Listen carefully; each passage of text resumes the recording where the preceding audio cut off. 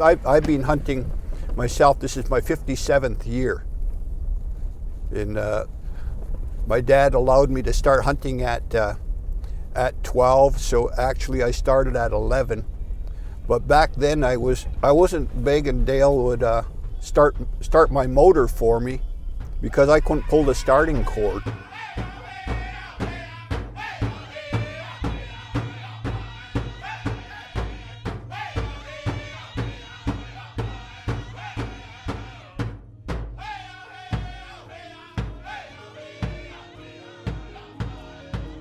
My mother now and then, she'd give me $1, and she'd say, you go to the hardware store after school, go buy 6 shells, she'd say. And I'd go to the hardware store in Cliff Giles in Wallaceburg. He would open a box of shells and he would sell me 6. And then we'd go and I'd get home and have supper, and my mom said, okay, now you go and shoot pheasants, she said, for tomorrow's meal. And I'd go, and that's what I'd do, is I'd go and I'd go hunt.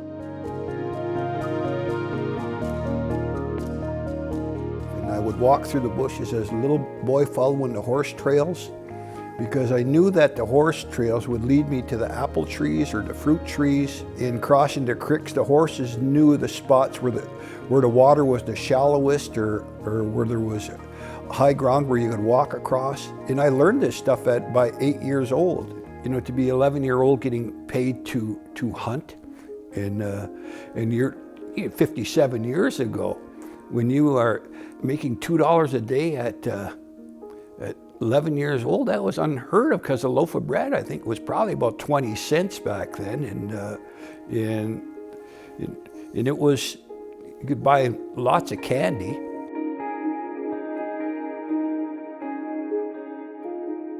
The art of trapping is knowing the runways, the habits of the animal that you're after, and to use different techniques to attract them.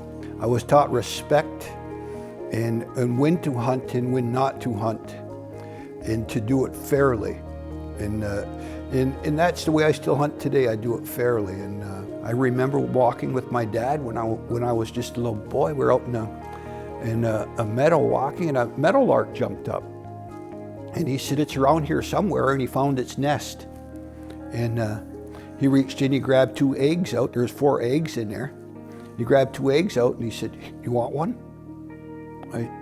I shook my head no. And he ate them both. And then he said, always leave some, he said. So he left 2 eggs in the nest, and he ate 2. And that's how I learned, and he would tell me different things of when to hunt, when not to hunt, what to do, and how to do it.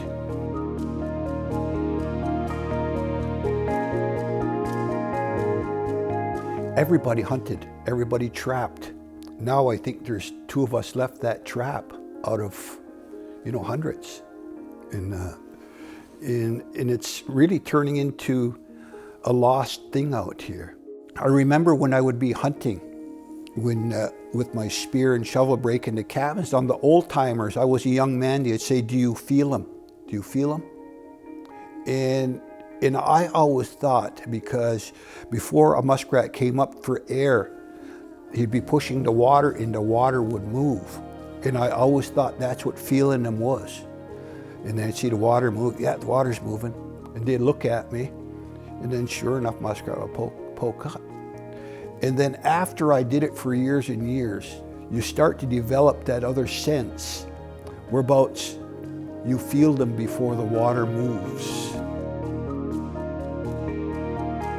And yet today, when I want to be by myself, I come out here to the swamps, where I'll go hunt by myself. I hunt all through this area. I've shot at deer right there this year. It's just been a good place to grow up, and to realize that you were placed here for a reason. And I was placed here for that reason, to enjoy this, to share it.